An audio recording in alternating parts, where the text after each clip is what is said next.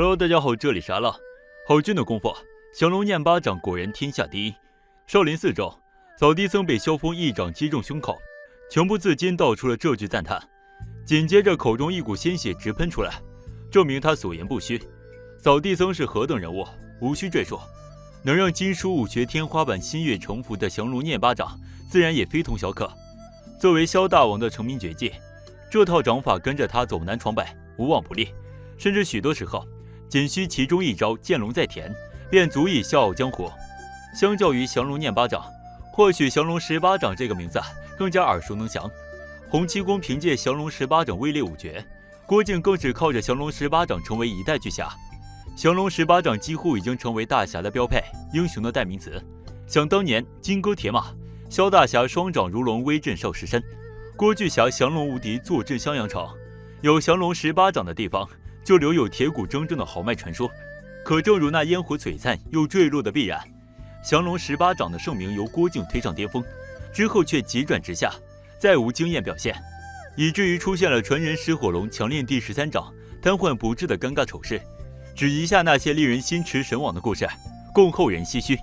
扼腕叹息之余，我们不仅心生疑惑，如此神功究竟为何落寞，造成他由盛转衰，难觅传人的根源又在哪里？本期阿浪就来说说大家最熟悉的降龙十八掌。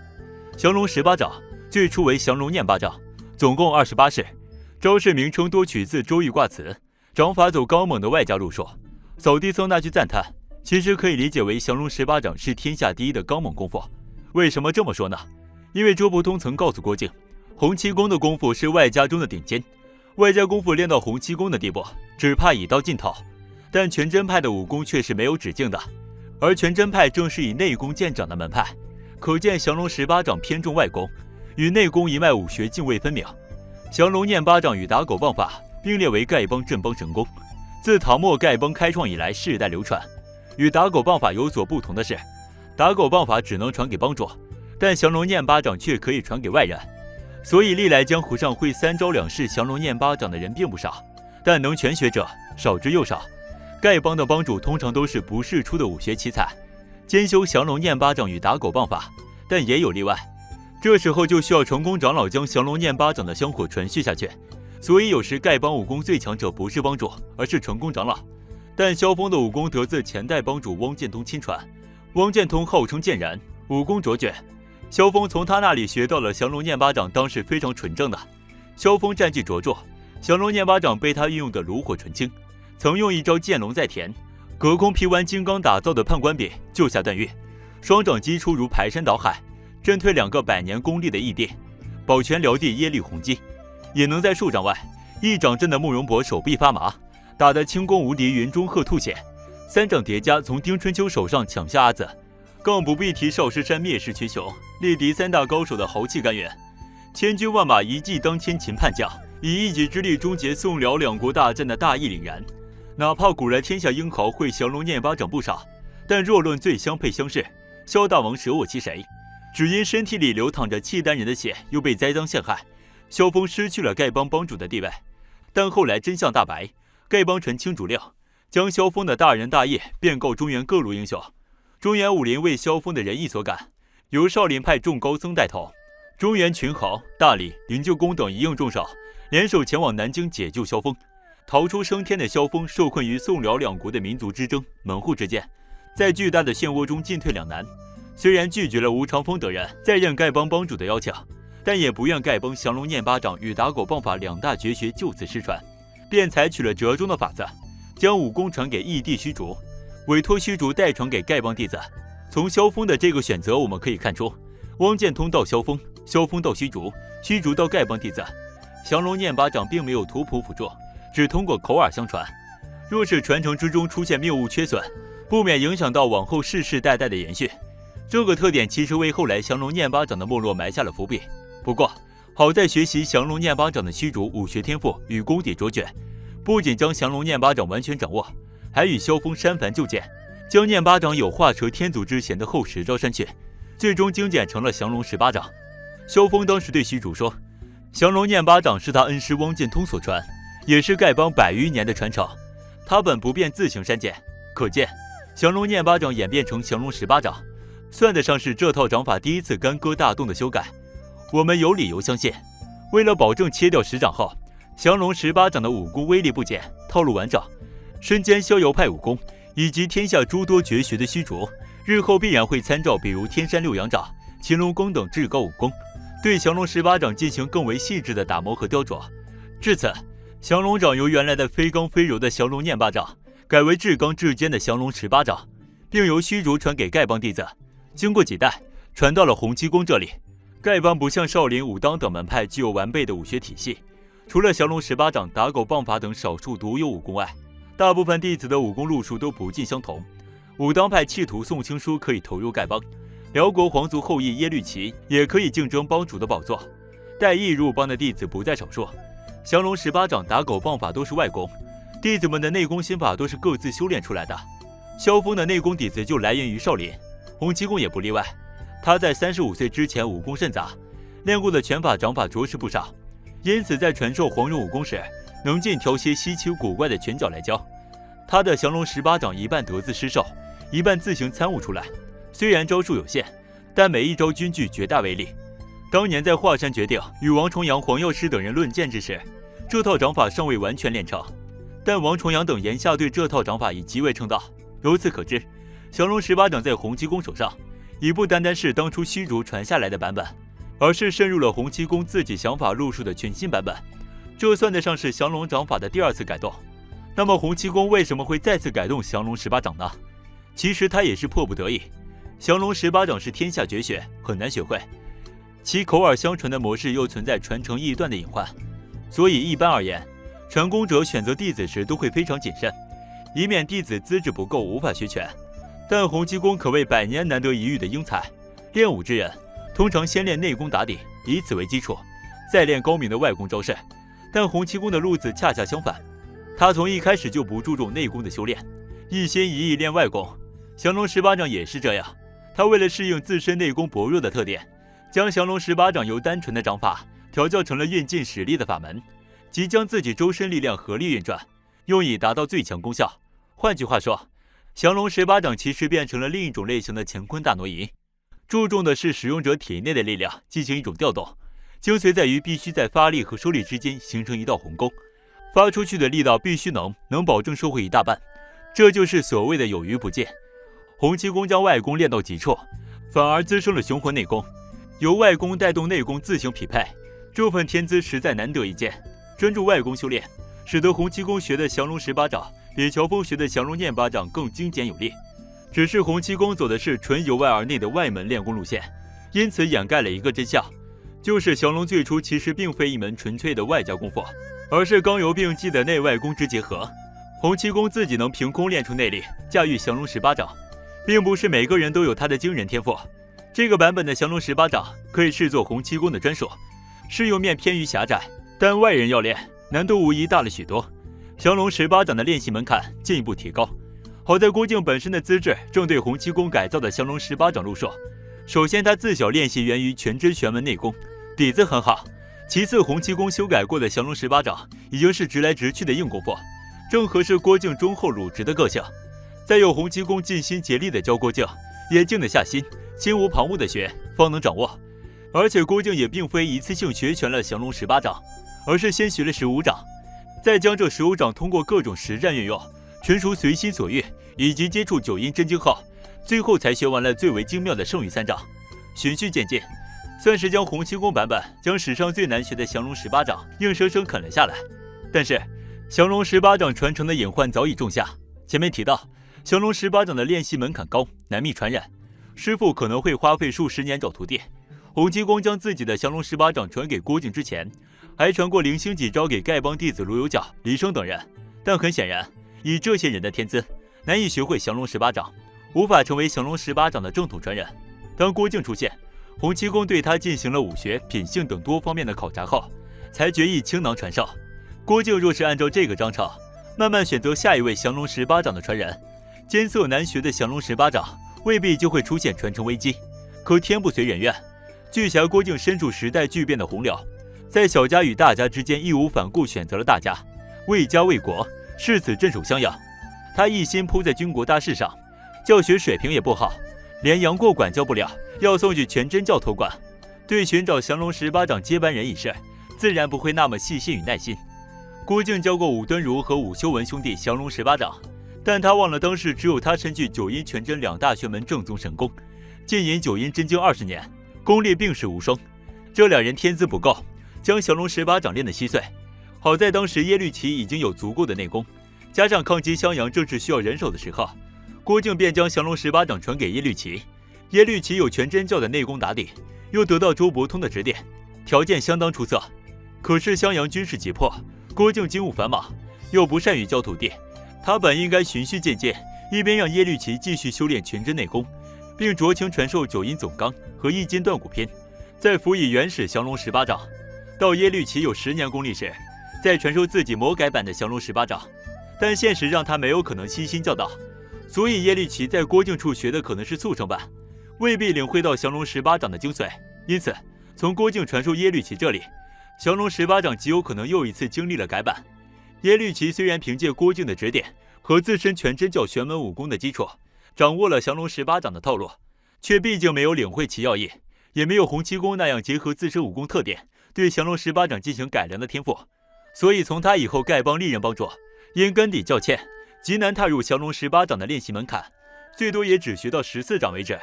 降龙十八掌第一次出现了缺失，再加上这套掌法只依靠口耳相传，一旦师傅有缺招少式，便注定徒弟只能在此基础上进行练习，不可能出现会的招式比师傅多的情况。到了石火龙这一代，降龙十八掌早就残缺不全，石火龙自己只练会降龙十八掌前12掌，还在强练第13掌时走火入魔，公费瘫痪。石火龙该是当时丐帮第一高手，其余丐帮弟子就算有会降龙十八掌的，至多也无法突破12掌。他的女儿史红石年幼继位，石火龙已经去世，按照史红石的年纪，不可能学会降龙十八掌。降龙十八掌极有可能在石火龙这里彻底断了传承，哪怕有人仍然掌握部分降龙十八掌的招式，在目睹石火龙练功残废的惨状后，相比也没有胆量继续强练下去。降龙十八掌日渐式微已成定局。又过数百年，丐帮帮主谢峰虽与少林方丈方正、武当掌门冲虚、昆仑掌门镇山子同机而论，可更多得益于江湖地位，论武功似乎连降龙十八掌都不会使了，以至于被人我行看不起，当成是于沧海、莫高峰一类的杂牌人物。四里山樱花得名，繁英不见草纵横，栽培减伐须勤力，花易凋零草易生。曾经傲视天下的第一大帮丐帮的声势，也随着降龙十八掌的没落一落千丈。降龙十八掌曾有机会再度振兴，机会便在于那几次关键的改版，萧峰、虚竹、洪七公等都有能力将降龙十八掌改造成修炼门槛低的武功，但这么做势必会削弱降龙十八掌原本的威力。是向现实低头削弱武功以便传承，还是一意孤行将武功往更高深的层次推动？事实证明，无论萧峰还是洪七公都选择后者。石火龙学不成降龙十八掌这件事，可以从书外因素和书内因素两方面分析。降龙十八掌在金庸小说内定位虽然不是最顶级的武功，在3部曲有九阴、九阳、乾坤、玉女素心在其之上，在天龙有6脉、易筋经定位在其之上。但谁也不能否认的是，这门武功绝对是金庸最喜欢的武功之一。在连载版中，甚至一度搞出来陈家洛、郭靖、张无忌、萧峰，足足4位主角会这门武功。虽然后来金庸修改，陈家洛和张无忌不再会降龙，但仍然是2位主角，1位重要正面角色洪七公的主要武功。因此，分析石火龙这种角色学不来降龙，必须分别从书外和书内两方面分析。今天阿浪就根据自己的理解来简单分析一下这一问题。降龙十八掌在连载版中是由洪七公自创的，只是后来金庸在修订他的作品时，为了加强不同作品间的联系，才改成了由前代帮主创出，由乔峰传给虚竹后又传回给丐帮。这门掌法可以说是外加功夫的极致，也是以简克繁的武功的代表。但这门武功招式虽然简单，想要练全却是极为不易。倚天中曾提到，丐帮帮主石火龙，绰号为鸡银掌，